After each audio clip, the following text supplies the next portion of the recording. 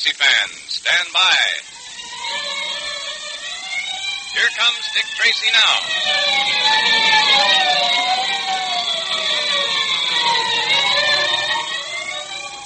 This electrically transcribed series of thrilling Dick Tracy detective adventures is brought to you by Quaker Puffed Wheat and Quaker Puffed Rice, those specially delicious, nourishing cereals that give you trigger-fast food energy because they're shot from guns.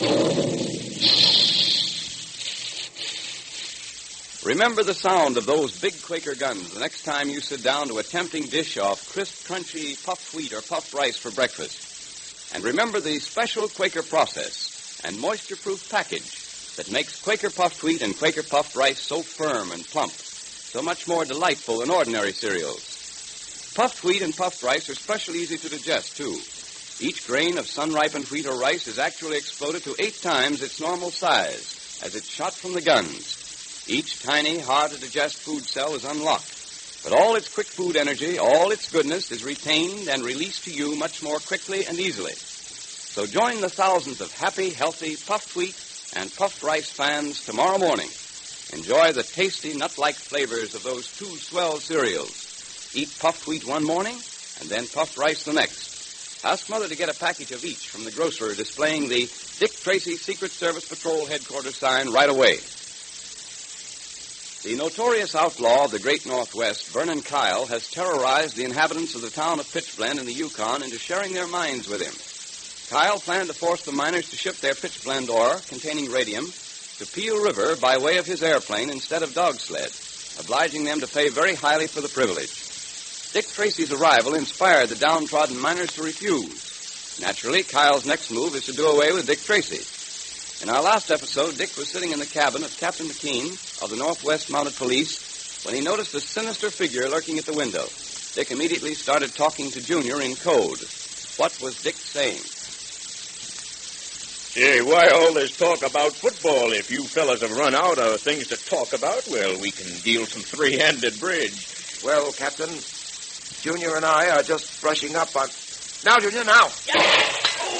Dick, you fired that shot. And without turning around. Quick, outside. Tracy, did you expect to hit anything firing over your shoulder like Talk that? later, McKean. Come on. Oh, my shoulder. My shoulder. Lucky for you, it only was your shoulder. The next time you try to shoot someone through a window, my friend, don't make the mistake of letting your target see you first. Tracy, I don't get all this. Who is this man? McKean, our wounded friend here was sent by Vernon Kyle with instructions to kill me, which he tried to do by shooting at me through the window. Fortunately, I caught a glimpse of him in the mirror over the mantelpiece. Yeah, and it's a good thing I ducked when I did, too. I'll say it was. Dick, that was some shooting. Well, it was a long chance, Pat. Fortunately, it worked. Well, my friend, what have you got to say for yourself? I wasn't going to shoot you. I swear I wasn't. Oh, no, of course not. You were carrying this rifle and pointing it at me through the window in a spirit of good, clean fun. Well, what are you going to do with this fella, Dick? I think we better lock him up, McKean, after you see that he gets first aid. Not that he's badly hurt. I wouldn't be surprised if he were one of the men who ganged up an old man Weir. Trying to kill someone by shooting from behind, as he tried to do me, or ganging up on a defenseless old man like Weir. They're the sort of dirty work that go together. Well, there's no thanks to these rats that old man Weir's going to be all right. By the way, Tracy, Weir said he wanted to see you. Wants to have a talk with you. Good. I'll go along to the doctor's with you then. Come along, Pat.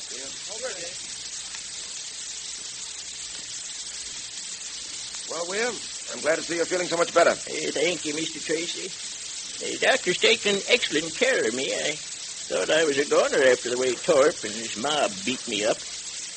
Well, I think I can go back to my shack tonight. Tell me, I understand you got Torp. Did you get the others who helped him beat me up? Yes, we arrested Torp, all right, but our friend Kyle was afraid Torp might be indiscreet enough to talk. So he took the precaution of silencing him forever. You mean Kyle actually... I mean that while Torp was in jail, Kyle had him put out of the way. Do you realize what Kyle's doing in this town? Do you realize that he's about ruined us miners? Well, first he forced us to turn over 50% of our claims to him. 50% for doing nothing. Absolutely nothing. And now I hear he's going to try and force us to ship the stuff by airplane, his airplane, and charge us another 40%. Well, I'm afraid Kyle isn't going to find that so easy. I spoke to the miners this afternoon. they're not going to use Kyle's airplane. For once, they're going to fight back. And we're going to help. Tomorrow, they're going to take the first shipment to Peel River by dog sled, in the old way. They're going to have a mounted escort in case Kyle attempts to hijack or attack them. Oh, that's splendid, sir. That's the first piece of good news I've heard in months. But if they're leaving tomorrow, I'd better get back to my claim and get my pitchblend ready for shipment. My stuff might as well go along with him. Yes, you're right, Weir. Before you go, let me give you one word of advice. I know how you feel about Kyle. I know how you all feel. But don't try to take the law into your own hands. Kyle is going to discover that no man can, merely by brute force and wanton killing, ruin the lives and destinies of other human beings. He's going to find out that neither the human beings up here nor the precious radium they dig out of the earth belong to him. Remember that, Weir. Remember that. Yes, Mr. Tracy. I'll remember it.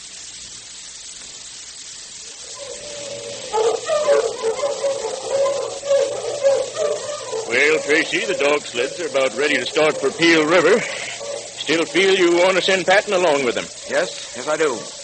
We've agreed, haven't we, McKean, that Vernon and Kyle will make some sort of attempt at stopping these dog sleds before they get to Peel River? Well, there's hardly any doubt of that. But I'm sending along a mounted escort, headed by Remington. Yes, I know. But you don't object to Patton going along, too, do you? No, certainly not.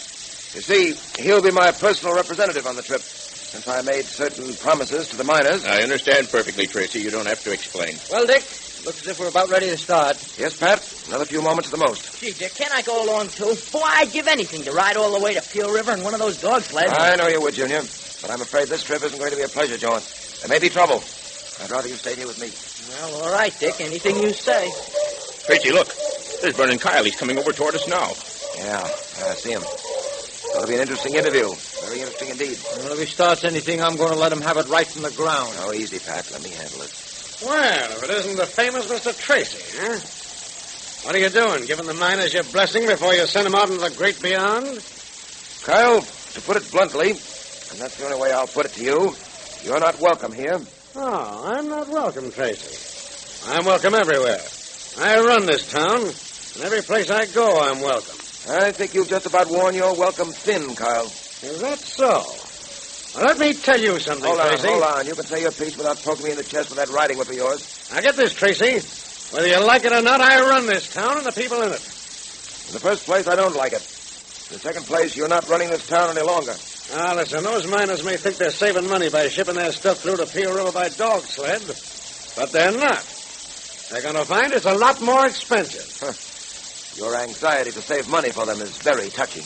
I don't like your tone, Tracy. In fact, there's a lot I don't like about you. That goes for you, too, Patton. Don't tap my arm with that riding whip again, Kyle. Oh, you mean like this? Why not, Patton? Oh, that's why, Kyle. Pat. Oh, I'm sorry, Dick. I know you asked me not to, but I just had to get one poke at that guy. I've got to admit it was a pleasure. So it was a pleasure, was it, Patton? Yeah. Well, you'll be sorry for this. On your way, you drugstore cowboy. I think your business with us is over, don't you, Kyle? Well, we'll be meeting again. That goes for you, too, Patton. I'm going. But before I go, you better take a tip from me. Get those miners to change their minds. Tell them to ship their stuff out by plane. My plane, Tracy. Because if they don't... Yeah, if they don't? I'll be seeing you around, Tracy. I'll be seeing you around. I should have hit him again just to make sure. Take it easy, Pat. Sorry you hit him the first time. But after what he... Shouldn't have lost your head, Pat. Nothing was gained by that. It relieved my feelings. Well, as a policeman, you're supposed to keep your feelings under control. Remember that. Well, okay, Dick. I'm sorry. Mr. Tracy, the dog teams are all ready to start. All right. Now listen to me, you men. You're going to take these sleds through the Peel River. Don't let anything stop you.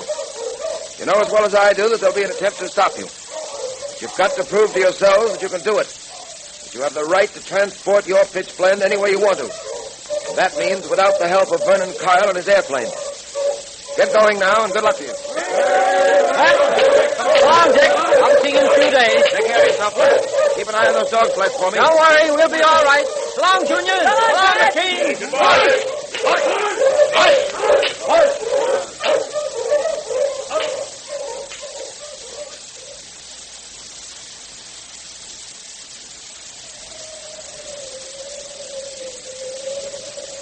Terrible night, Tracy. Bitter cold, and there's a high wind blowing. Think it'll snow? No, the moon's out. Big frosty moon at that. You can see it right over the brow of that hill up there. No, I was just thinking of those dog sleds and those men out there in this biting wind. Yes, I know. Well, they'll be all right, I'm sure. Well, Tracy, I must admit that since you've come up here, things have changed. Vernon Kyle isn't quite the braggart he used to be. I'm afraid I haven't done much more than hold him in check up till now. Hey, Dick, did you hear that? What was it? It was a human cry, Junior. Sounds as if there's a horse coming, too. He's coming for the cabin, whoever he is. He's gone past. Gosh, look, Dick. It's a hooded figure, galloping across the moon. I heard something hit the door. Let's see. It's a knife, Tracy, a knife stuck in the door.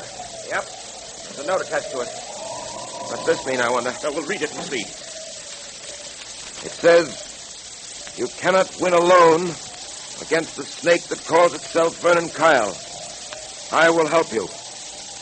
Signed, the Purple Rider. The Purple Rider? Gee, I wonder who he is. The Purple Rider? Who is the Purple Rider? And what further adventures await Dick Tracy in the wilderness of the great Northwest? Will Pat and the dog sled get through safely to Peel River? That's hard to tell.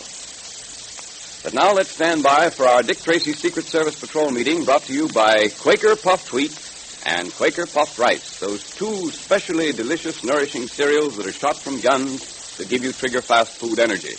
And here comes Dick Tracy, Jr., our patrol president now. The meeting will now come to order. Say, Junior, wasn't it great the way Dick got that code message to you today? It sure was. Everybody thought we were talking about football. You never know when that secret code's going to come in handy. Right, Mr. Quakerman.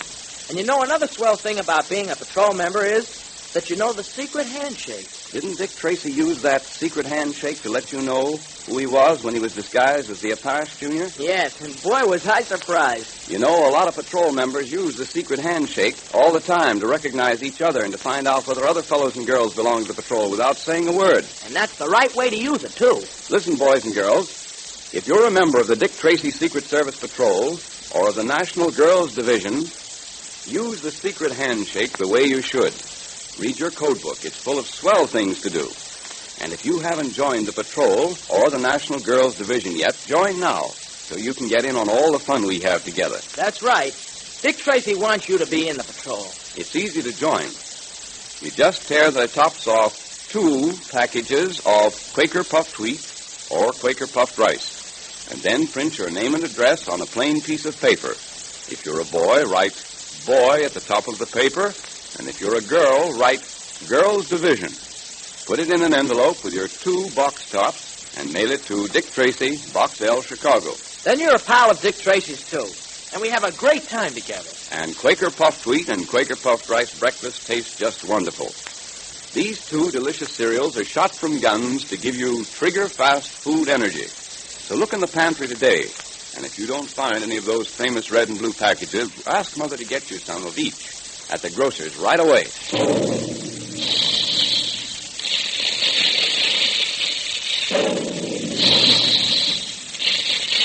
Calling all adventure fans, calling all Dick Tracy fans. Stand by for another exciting, electrically transcribed Dick Tracy adventure tomorrow at this same time. There goes Dick Tracy now. That is all.